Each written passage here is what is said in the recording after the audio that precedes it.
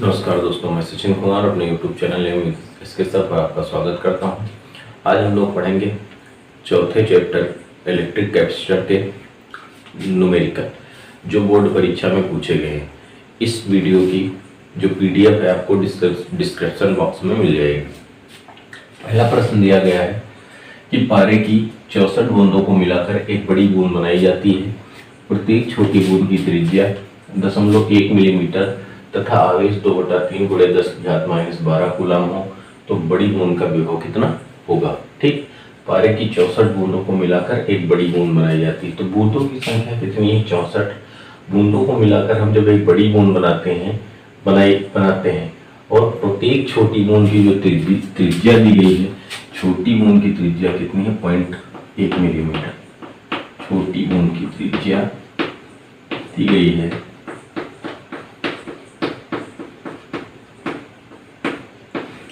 R बराबर 0.1 millimetre. इस millimetre को मीटर में बदल दें तो कितना हो जाएगा? 0.1 गुणे 1 मिलीमीटर बराबर 10⁻³ मीटर। ठीक है, अभी हमने कल बताया था ये जो दशमलव है, जब इसको हम दाहिनी ओर ले जाते हैं तो दाहिनी ओर ले जाने पर इसमें जो होता है, जो 10 की घात होती है उसमें -1 ऐड कर देते हैं तो ये कितना हो जाएगा? 1 गुणे 10⁻⁻4 मीटर। ठीक, ये छोटी बूंद का क्या आ गई? छोटी बूंद की क्या हुई? त्रिज्या। छोटी बूंद का आवेश, छोटी बूंद का जो आवेश दिया गया है वो क्यों बराबर दिया गया है? 2/3 गुणे 10⁻⁻12 कूलम। अब हमें छोटी बूंद की त्रिज्या और छोटी बूंद का आवेश पता चल गया है। ठीक, तो हम निकाल लें छोटी बूंद का विभव। इसलिए छोटी बूंद का विभव, छोटी बूंद का विभव, छोटी बूंद का जो विभव हो जाएगा V बराबर 1/4πε0 Q/R। जहां Q क्या है? बूंद का आवेश और R क्या है? बूंद की त्रिज्या। इसमें वैल्यू रख दें तो V बराबर 1/4πε0 का मान कितना होता है? 9 × 10⁹।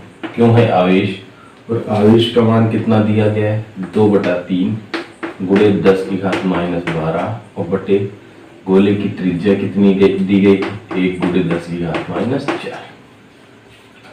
तो V बराबर हो जाएगा 9 गुणे 10⁹ गुणे इसका जो 3 है वो हर के साथ आ जाएगा, हो जाएगा 2 × 10⁻12 बटे 3 गुणे 10⁻4। काट दें इसको, 3 एकम 3 3 त्रिक का 9, 3 दूनी 6।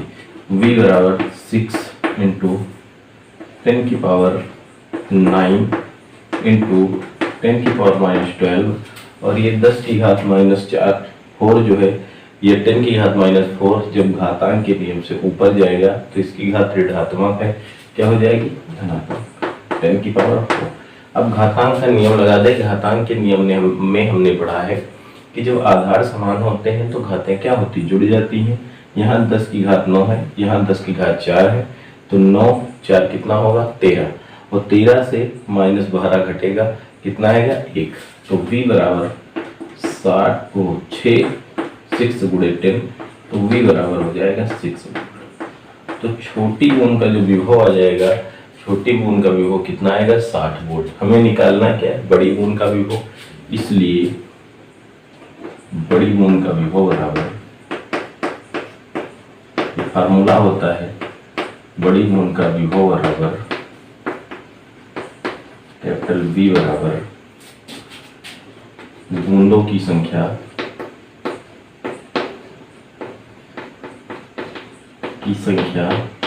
की घात लगाते हैं 2/3। ये फार्मूला हमने आपको ड्राइव करके बताया था, गुणे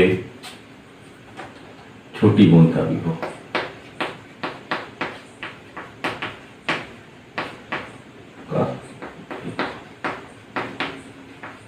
ठीक, तो V बराबर बूंदों की संख्या कितनी है 64 की घात 2/3 गुणे छोटी बूंद का विभव कितना है 60 वोल्ट। V बराबर 64 को हम लिख सकते हैं 4 की घात 3 इस पूरे की घात 2/3 गुणे 60 वोल्ट। दोहरी घातों का क्या हो जाता है गुणा हो जाता है, तो V बराबर 4 की घात 3 गुणे 2/3 गुणे 60 वोल्ट। यहाँ से 3 से 3 कट जाएगा, ये V बराबर 4 की घात 2 गुणे 60 वोल्ट और 4 की घात 2 का मतलब 16 गुणे 60 वोल्ट और 16 का गुणा 60 से कर दे, V बराबर 16 छक्का 96 960 वोल्ट। तो इस प्रकार जो है हमारी क्या निकल आएगी बड़ी बूंद का विभव V बराबर कितना हो जाएगा 960 वोल्ट। ठीक है, एक दूसरा तरीका भी है जिससे हम इसको सॉल्व कर सकते हैं, हमें ये सूत्र नहीं लगाना पड़ेगा। ठीक, तो यहाँ से जैसे छोटी बूंद की त्रिज्या दी गई थी और छोटी बूंद का आवेश दिया गया था, तो हम जानते हैं कि जब कोई वस्तु गलाकर और पिघलाकर बनाई जाती है तो उसके आयतन तथा आवेश में कोई परिवर्तन नहीं होता है। इसलिए हम मान लेते हैं यहाँ पर बड़ी बूंद का आवेश Q और बड़ी बूंद की त्रिज्या कैपिटल R मान लेते हैं। तो बड़ी बूंद का आवेश जो Q होता वो बराबर हो जाता 64 छोटी बूंदों के आवेश के, तथा बड़ी बूंद का जो आयतन होता वो 64 छोटी बूंदों के आयतन के क्या होता बराबर हो जाता। तो यहीं से हमारी त्रिज्या और जो होती आवेश निकल आता। फिर हम निकाल लेते हैं इसे बड़ी बूंद का विभव V बराबर 1/4πε0 कैपिटल Q/R से, तब भी ये जो है सॉल्व हो जाता है। ठीक, तो दो तरीके हैं और एक बहुत ही शॉर्टली फार्मूला है, उससे भी हम सॉल्व कर सकते हैं इसको। क्वेश्चन दिया गया है एक समांतर प्लेट संधारित्र का व्यास 8 मीटर है। एक समांतर प्लेट संधारित्र की प्लेटों का व्यास होगा यहाँ की प्लेटों का व्यास 8 मीटर है, नहीं सॉरी 8 सेंटीमीटर।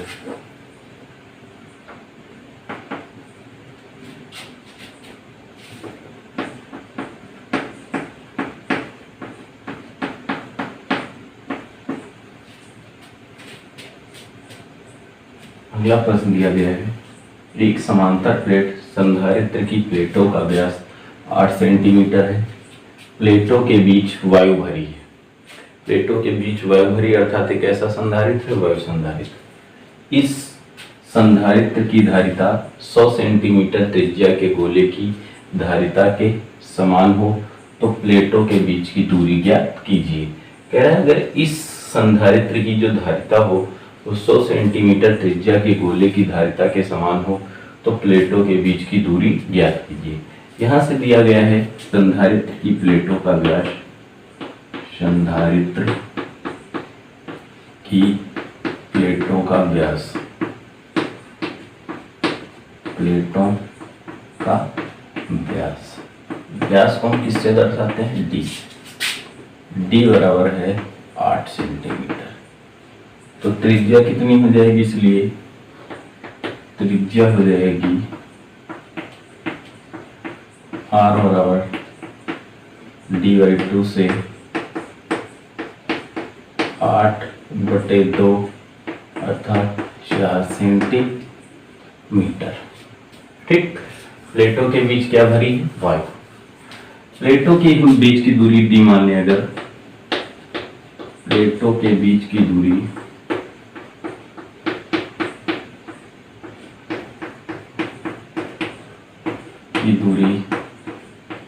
स्मॉल d हो तो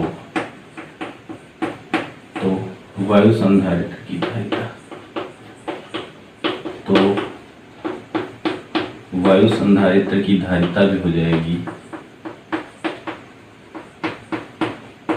C बराबर कितनी होगी, C बराबर होगी A/0/d। तो वायु संधारित्र की जो धारिता हो जाएगी उस C बराबर होगी A/0/d, जहाँ A क्या है प्लेटों का क्षेत्रफल, ε0 निर्वात की वैद्युतशीलता और d है प्लेटों के बीच की दूरी। ठीक, तो प्लेटों के बीच की दूरी स्मॉल d हो तो वायु संधारित्र की धारिता C बराबर हो जाएगी A/0/d। अब हम बात गोले की करेंगे। गोले की त्रिज्या दी गई है, गोले की त्रिज्या ए बराबर 100 सेंटीमीटर। गोले की त्रिज्या ए बराबर कितनी दी गई है? 100 सेंटीमीटर।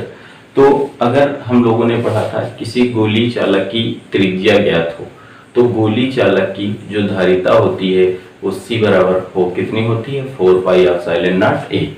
इसलिए गोली चालक की धारिता, गोली चालक की धारिता सी बराबर कितनी होगी? 4 पाई एप्सिलॉन नॉट ए। गोली चालक की जो धारिता हो जाएगी वो सी बराबर हो जाएगी 4 पाई एप्सिलॉन नॉट ए। प्रश्नानुसार कहा जा रहा है, प्रश्नानुसार कह रहे हैं कि जो हमारा वायु संधारित्र है, इस वायु संधारित्र की जो धारिता है वो गोली चालक की धारिता के समान है। अर्थात प्रश्न में कह रहा है वायु संधारित्र की धारिता बराबर, वायु संधारित्र की धारिता बराबर गोली चालक की धारिता बराबर गोली चालक की धारिता। जो वायु संधारित्र की धारिता है वो गोली चालक की धारिता के समान है। तो वायु संधारित्र की धारिता कितनी होगी? A epsilon naught upon D बराबर 4 पाई एप्सिलॉन नॉट ए से। ठीक, गोली चालक संधारित्र की धारिता A epsilon naught upon D बराबर हो जाएगी 4 पाई एप्सिलॉन नॉट ए। तो देखिए ए है क्षेत्रफल, तो संधारित्र की प्लेटों का क्षेत्रफल जो होता है वो ए बराबर होता है पाई आर स्क्वायर। इसलिए ए के स्थान पर हम रखेंगे pi R square epsilon naught upon D बराबर 4 पाई एप्सिलॉन नॉट ए। ठीक, तो यहां से देखो पाई से पाई कटेगा आपका, एप्सिलॉन नॉट से एप्सिलॉन नॉट कट जाएगा, तो यहां से हो जाएगा आर स्क्वायर अपॉन डी बराबर 4 इंटू ए। इसलिए डी बराबर कितना? आर स्क्वायर अपॉन 4 ए। इतना होगा, वैल्यू रख दीजिए। डी बराबर आर क्या है? संधारित्र की प्लेटों की त्रिज्या। तो संधारित्र की प्लेटों की त्रिज्या कितनी है? 4 सेंटीमीटर। इस हम 4 सेंटीमीटर का स्क्वायर कर देंगे बटे 4, और ए का मान कितना आया है? ए का मान है जो ए है गोली चालक की त्रिज्या कितनी? 100 सेंटीमीटर। ये रखेंगे 100 सेंटीमीटर। तो डी बराबर 4 का वर्ग कितना होगा? 16 सेंटीमीटर स्क्वायर बटे 4 गुणे 100 सेंटीमीटर। 4 चौक 16, 1 सेंटीमीटर से 1 सेंटीमीटर कटेगा, सेंटीमीटर बचेगा। ये डी बराबर 4 सेंटीमीटर बटे 100। इसमें कितने जीरो हैं? 2, तो 2 अंक दशमलव ऊपर खिसक जाएगा, तो डी बराबर कितना आएगा? 0.04 सेंटीमीटर। तो जो संधारित्र वायु संधारित्र हो जाएगा, वायु संधारित्र की प्लेटों के बीच की दूरी कितनी हो जाएगी? 0.04 सेंटीमीटर। सभी के बीच की तुल्य धारिता ज्ञात कीजिए। इन प्रश्नों को हल करने के लिए कल हमने आपको बताया था कि सबसे पहले हम देखते हैं कि ए और बी दिया है इसमें।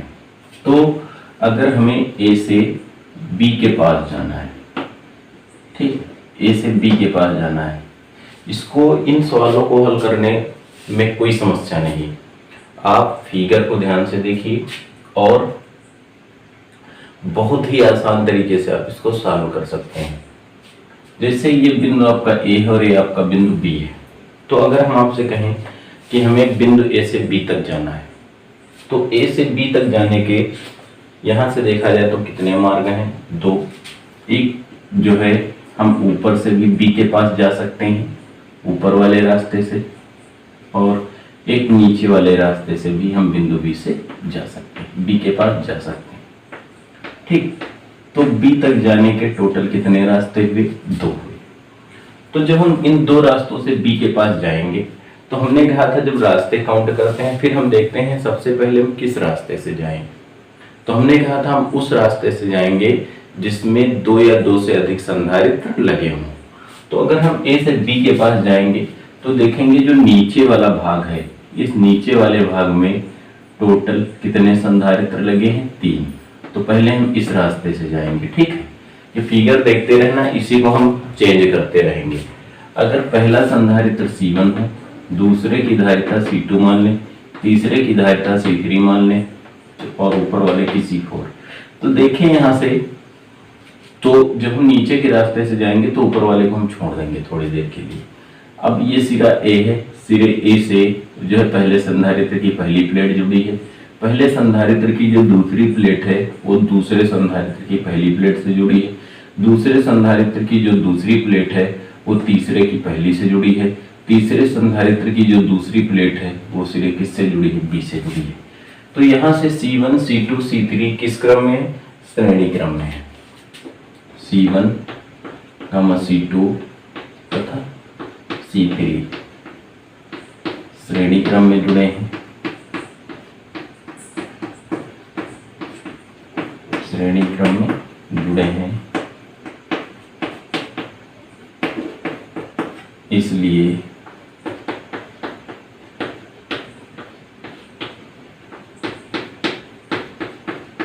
तुल्य धारिता C बराबर हो जाएगी C1, वो श्रेणी क्रम में जो तुल्य धारिता होती है वो 1/C बराबर होती है 1/C1 plus 1/C2 plus 1/C3।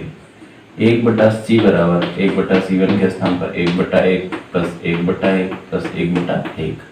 1/C बराबर इसके हर बराबर है, अंकों को जोड़ लेंगे तो कितना आएगा, 3/1। तो C का मान, इसको अगर हम C डैश कहते हैं तो C डैश का मान कितना आ जाता है, 1/3 माइक्रोफैराड।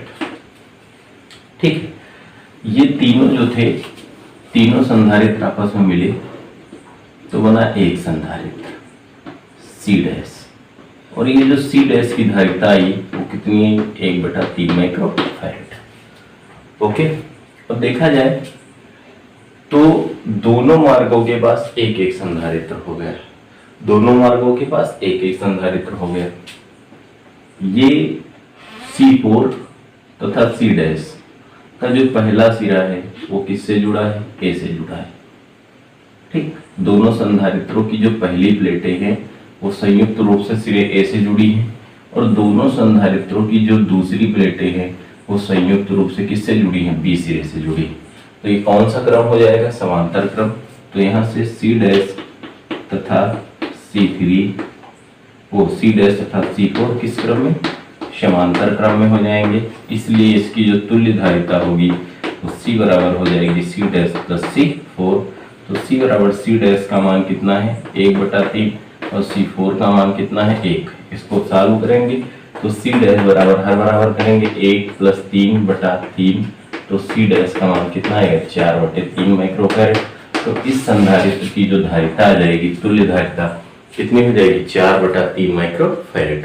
ये जो संलग्न चित्र दिया गया है, इस चित्र में A तथा B के बीच की हमें तुल्य धारिता ज्ञात करनी है। तो देखिए, जब ऐसा न्यूमेरिकल दिया होता है, इस तरीके का डायग्राम दिया होता है, तो सबसे पहले हम इसका नामांकन करते हैं। यहाँ पर जैसे हमने मान लिया हमारा बिंदु C हो गया, और ये हमारा बिंदु कौन सा हो गया, D। इसको हमने मान लिया ये हमारा कौन से, 2 बिंदु इसमें हमने बढ़ा दिए, एक बिंदु हो गया हमारा C और एक बिंदु हो गया D। अब सबसे पहले हम इसमें देखिए, हमको समांतर और श्रेणी क्रम पहचानने में समस्या आ रही है। ठीक है, इसके समांतर और श्रेणी क्रम को पहचानने में थोड़ी समस्या आ रही है, इसलिए इस फिगर को हम रिप्लेस करेंगे, इस फिगर को हम दूसरे तरीके से बनाएंगे। दूसरे तरीके से बनाने के लिए ध्यान देंगे, देखिए एक सिरे पर आपका A है और एक सिरे पर आपका B है। तो यहाँ पर हमने एक सिरे पर A मान लिया और दूसरे सिरे पर B मान लिया। अब इसमें हमने 2 पॉइंट माने हैं, एक पॉइंट माना C और एक पॉइंट माना D। तो एक पॉइंट हम C ऊपर मान लें और D नीचे मान लें। इनकी पोजीशन आप किसी आधार पर मान सकते हो। अब देखा जाए, A को थोड़ी देर के लिए उठा के यहाँ पर रख लें, क्योंकि और B को थोड़ी देर के लिए उठा के यहाँ पर रख लें। तो देखा जाए A और C के मध्य कितनी धारिता का संधारित्र लगा है, A और C के मध्य ये संधारित्र लगा है। ठीक, A और C के बीच देखो, ये A हो गया और ये कौन सा सिरा हुआ, C। ए और सी के मध्य 3 माइक्रोफैरेड धारिता का संधारित्र लगा।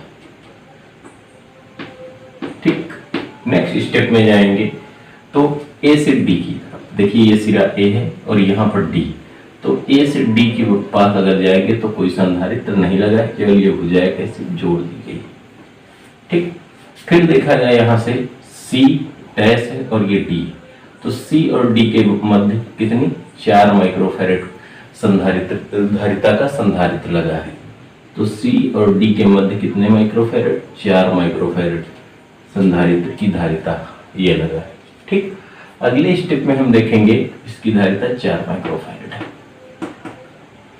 डी और बी के मध्य 5 माइक्रोफैरेड, तो ये डी है और ये बी है। यहाँ पर जो संधारित्र लगा है इसकी धारिता कितनी है 5 माइक्रोफैरेड होगी।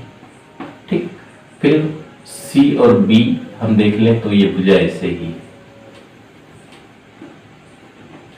ये आपका जो फिगर बना ये आपका न्यू फिगर हुआ। ठीक, अब देखिए ध्यान दीजिए, इसको जैसे हमने मान लिया C1, इसको हमने मान लिया C2 और इसको मान लिया C3। तो यहां से देखा जाए थोड़ी देर के लिए पहले हम C1 C2 की बात करेंगे। किसकी बात करेंगे? C1 और C2 की। जैसे हमने C को पहला सिरा माना और D को हमने माना दूसरा सिरा। ठीक, C को कौन सा माना? पहला सिरा, और D को माना दूसरा सिरा। तो देखा जाए पहले संधारित्र की पहली प्लेट और दूसरे संधारित्र की दूसरी प्लेट संयुक्त रूप से किससे जुड़े हैं? सी से जुड़े हैं। ठीक, और यहां से देखा जाए ए से ए का जो है, हाँ ठीक, और देखा जाए पहले संधारित्र की दूसरी प्लेट और दूसरे संधारित्र की दूसरी प्लेट संयुक्त रूप से डी से जुड़े हैं। तो यहां से C1 तथा C2 किस क्रम में आ जाएंगे? समांतर क्रम में आ जाएंगे। किस क्रम में? समांतर क्रम में। जब समांतर क्रम में आएंगे तो तुल्य धारिता इनकी कितनी हो जाएगी? C डैश बराबर C1 प्लस C2। तो C डैश बराबर C1 का मान कितना हो जाएगा? 3 माइक्रोफैरेड प्लस 4 माइक्रोफैरेड, अर्थात C डैश का मान कितना आएगा? 7 माइक्रोफैरेड। ठीक, C डैश का मान आपका आ जाएगा कितने माइक्रोफैरेड? 7 माइक्रोफैरेड। तो यहां से इसको हम रिप्लेस कर दिए और रिप्लेस करने के पश्चात जो ये प्रक्रिया बनी ये आपका बना C डैश। ठीक, इसका मान कितना आया? 7 माइक्रोफैरेड। हमें जो तुल्य धारिता निकालनी है A और B के मध्य निकालनी है, अर्थात A पहला सिरा है और B आपका दूसरा सिरा है। तो C डैश की बात करते हैं और C3 की बात करते हैं। तो देखिए इनके जो पहले सिरे हैं वो संयुक्त रूप से ए से जुड़े हैं और इन दोनों संधारित्रों को के जो दूसरे सिरे हैं वो संयुक्त रूप से किस सिरे से जुड़े हैं? बी से। तो यहाँ C डैश तथा C3 किस क्रम में आ जाएंगे? समांतर क्रम में।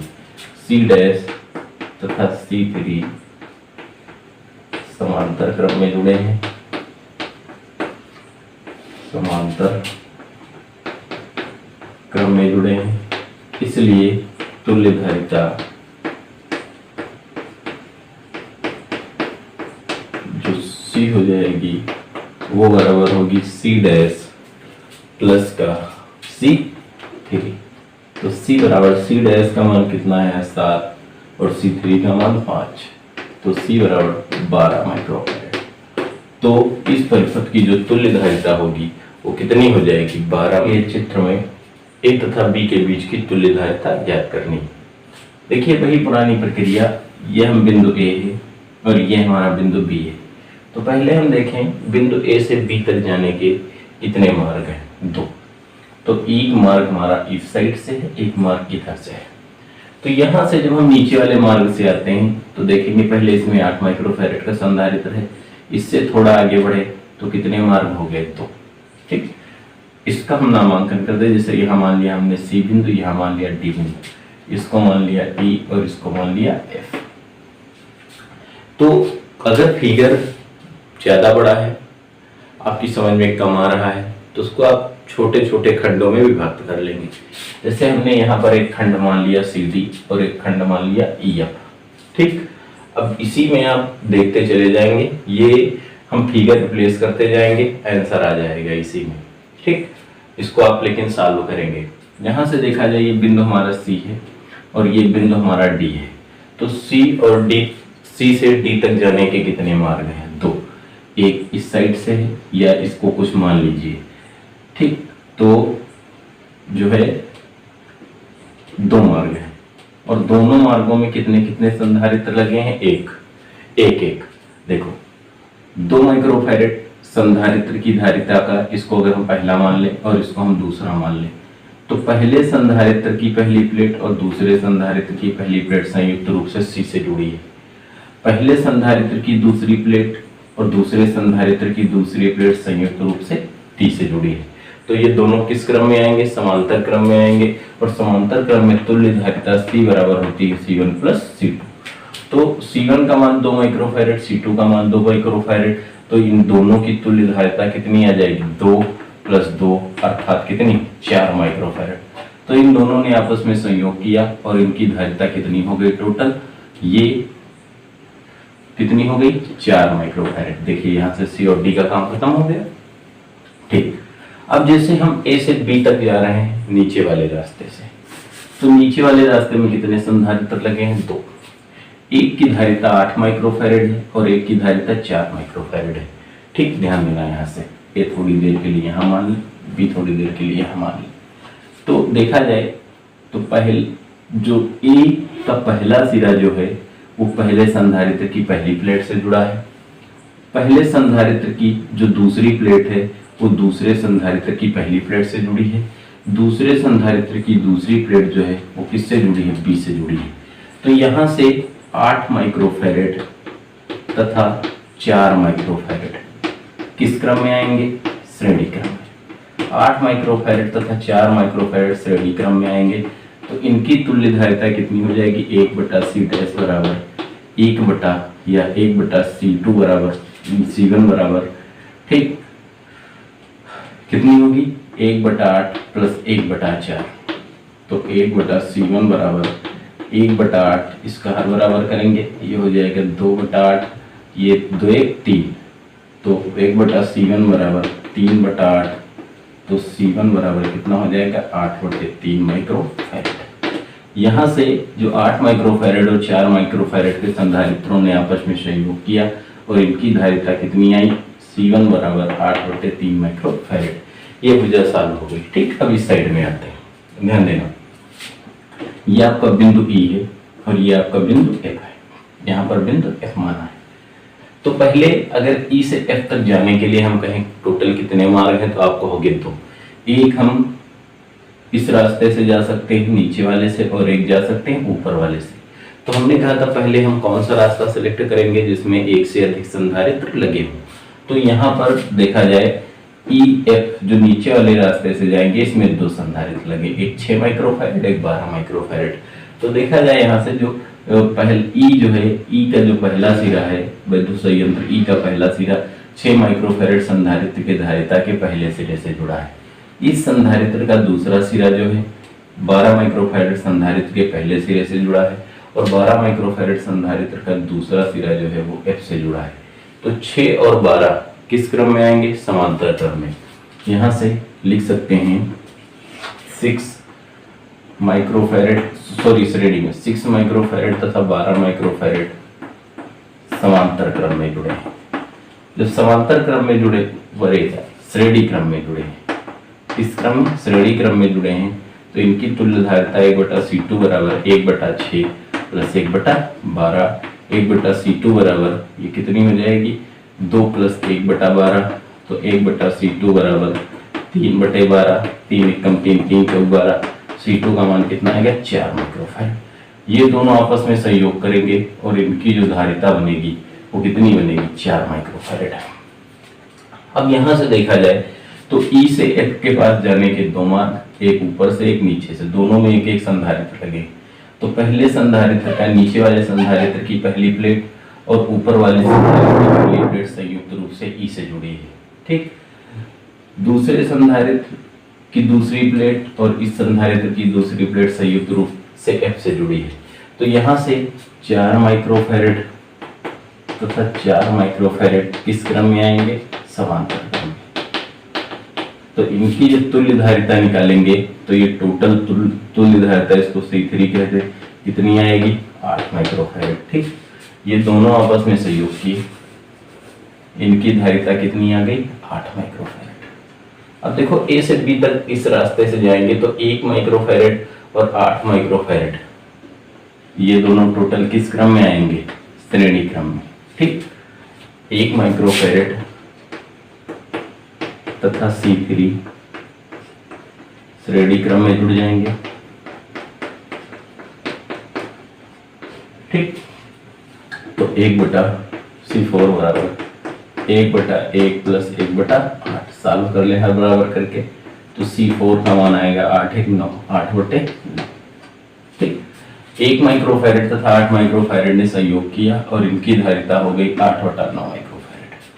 अब देखो हम A से B तक जाएंगे तो एक ऊपर वाला मार्ग है, ऊपर वाले मार्ग में जो संधारित्र जुड़ा है उसकी धारिता 8/9 माइक्रोफैरड है, और जो नीचे वाले मार्ग में संधारित्र जुड़ा है इसकी धारिता 8/3 माइक्रोफैरड है।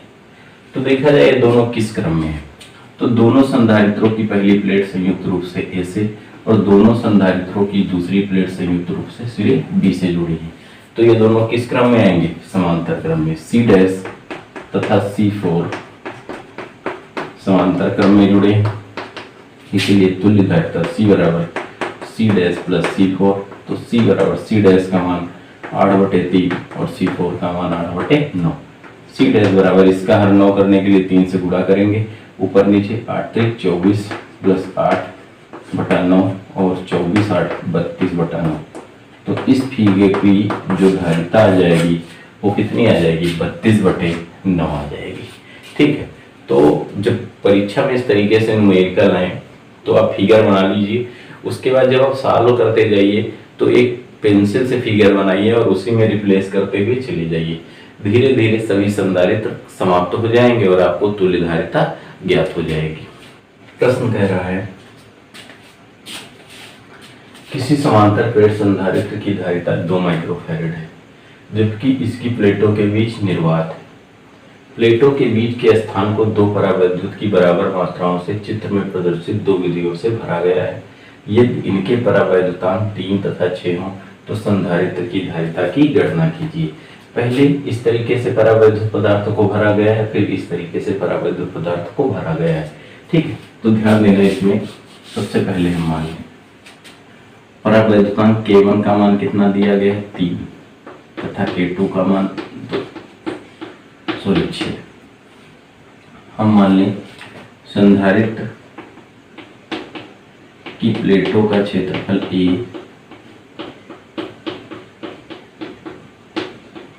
प्लेटों का क्षेत्रफल A तथा दूरी तथा प्लेटों के बीच की दूरी D हो तो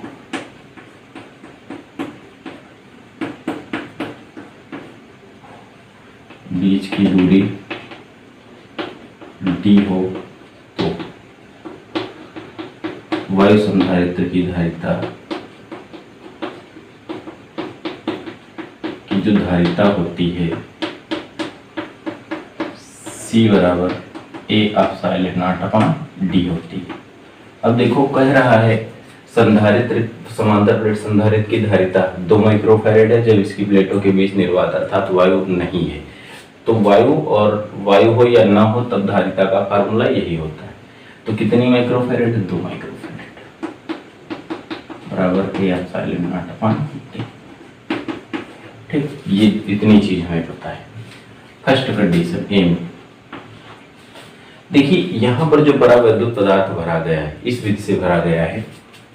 ये मान लो जैसे पहली प्लेट है तो दोनों परावैद्युत पदार्थ के जो पहले सिरे हैं वो पहली प्लेट से जुड़े हैं।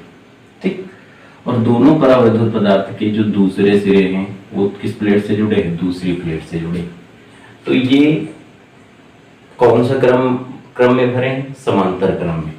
और जब समांतर क्रम में परावैद्युत पदार्थ भरे जाते हैं तो जो क्षेत्रफल होता है, भाई दूरी इसकी लेंथ तो वही है, लेकिन अगर यहाँ से देखा जाए इसका भाई क्षेत्रफल, ये लंबाई की अगर बात करते हैं तो लंबाई जो होगा भाई, लंबाई अगर इस पूरे की कितनी रही हो, L रही हो, तो क्षेत्रफल बराबर होता है लंबाई गुणे चौड़ाई। क्षेत्रफल बराबर लंबाई गुणे चौड़ाई होता है। तो जब भाई इसके आधे भाग में भरे हैं, तो आधे भाग में भरे होने के कारण ये जो लंबाई होगी वो आधी हो जाएगी, अर्थात l/2। तो जब l/2 लेंगे तो यहाँ से पहले क्षेत्रफल l गुणे b था, कितना हो जाएगा l गुणे b बटे 2, अर्थात क्षेत्रफल प्रारंभिक का कितना हो जाएगा, आधा हो जाएगा। तो फर्स्ट कंडीशन में चूंकि परावैद्युत पदार्थ समांतर क्रम में जुड़े हैं, समांतर क्रम में भरे, इसलिए क्षेत्रफल आधा होगा। इसलिए क्षेत्रफल आधा होगा, क्षेत्रफल आधा अर्थात a/2 होगा। इसलिए पहले संधारित्र की धारिता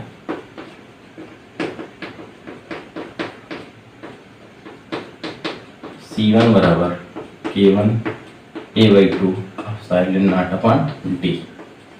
ठीक, तो C1 बराबर ये हो जाएगा K1 a epsilon not d बटे 2। ठीक, तो C1 का मान कितना आएगा, C1 बराबर K1 का मान कितना है 3 बटे 2, a epsilon naught upon d का मान 2 माइक्रोफैराड। तो ये 2 से 2 कट जाएगा, C1 बराबर कितना आएगा 3 माइक्रोफैराड। C1 बराबर कितना आ जाएगा 3 माइक्रोफैराड। तथा दूसरे संधारित्र की धारिता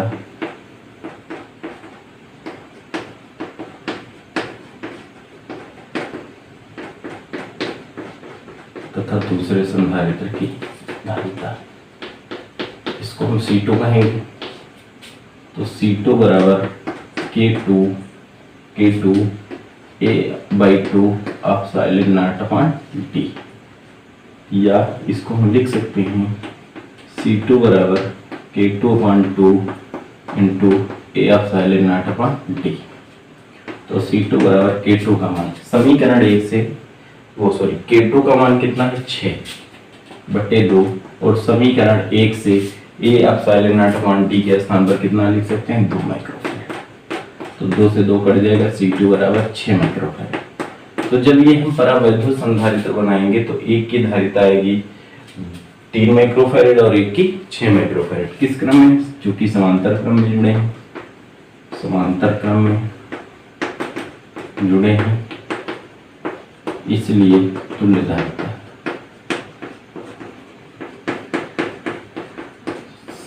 C बराबर C1 प्लस C2। C बराबर C1 का मान कितना है 3 माइक्रोफैराड प्लस C2 का 6 माइक्रोफैराड, यह जगह C बराबर 9 माइक्रोफैराड। जो तुल्य धारिता आएगी वो कितनी आ जाएगी 9 माइक्रोफैराड। ठीक, इसी का जो बी पार्ट दिया गया है, बी पार्ट क्या दिया गया है इसी में, इसको बताएं। जो बी पार्ट दिया गया है उसमें देखा जाए तो ये संधारित्र की पहली प्लेट है। ठीक, ये तो पहले परावैद्युत की जो पहली प्लेट है संधारित्र की पहली प्लेट से, पहले परावैद्युत की दूसरी प्लेट दूसरे परावैद्युत की पहली प्लेट से, दूसरे परावैद्युत की दूसरी प्लेट संधारित्र की दूसरी प्लेट से, अर्थात कौन सा क्रम होगा श्रेणी क्रम। ये दूरी उसमें d थी तो ये अब आधी हो जाएगी d/2। ठीक, यहां से परावैद्युत पदार्थ श्रेणी क्रम में बने, पदार्थ श्रेणी क्रम में भरे,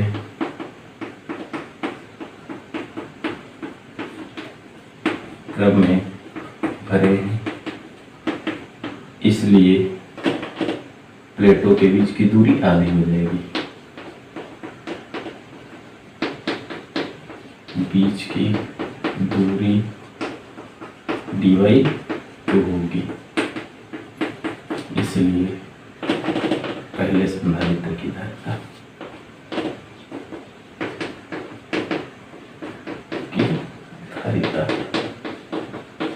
C1 बराबर K1 a epsilon naught upon d/2, ये 2 पलट के ऊपर आ जाएगा।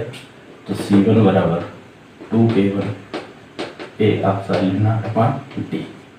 C1 बराबर 2, A1 का मान कितना है 3, और समीकरण 1 से A epsilon naught upon D के स्थान पर कितना रखेंगे 2 माइक्रोफैराड। तो 2 3 6 2 12, C1 की धारिता आ जाएगी 12 माइक्रोफैराड। ठीक, C2 निकाल लें। C2 की धारिता बराबर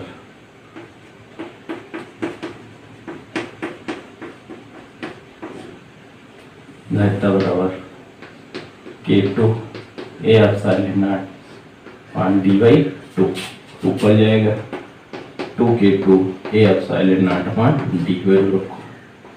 2K2 का मान कितना है 6, A epsilon naught upon D का मान 2 माइक्रोफैराड। तो ये कितना आएगा C2 बराबर 6 दूनी 12 दूना 24 माइक्रोफैराड। ठीक, किस क्रम में? श्रेणी क्रम में जुड़े, श्रेणी क्रम में जुड़े, इसलिए तुल्य धारिता 1/C बराबर 1/C1 प्लस 1/C2, अर्थात 1/12 प्लस 1/24, और बराबर है, बराबर करेंगे तो ये आएगा 2 प्लस 1/24 अर्थात 3/24, 3/24, तो C बराबर 8 माइक्रोफैराड।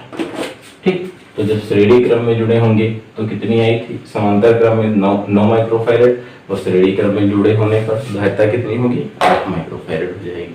ठीक, ये बोर्ड परीक्षा में पूछे गए कुछ महत्वपूर्ण आंकिक प्रश्न थे। बाकी शेष जो प्रश्न है आपको हमारे डिस्क्रिप्शन बॉक्स में जो PDF है उस PDF से इस चैप्टर के अन्य महत्वपूर्ण न्यूमेरिकल आपको प्राप्त हो जाएंगे। अगर आपको हमारा ये चैनल वीडियो पसंद आया हो तो आप लाइक करेंगे और कमेंट करेंगे।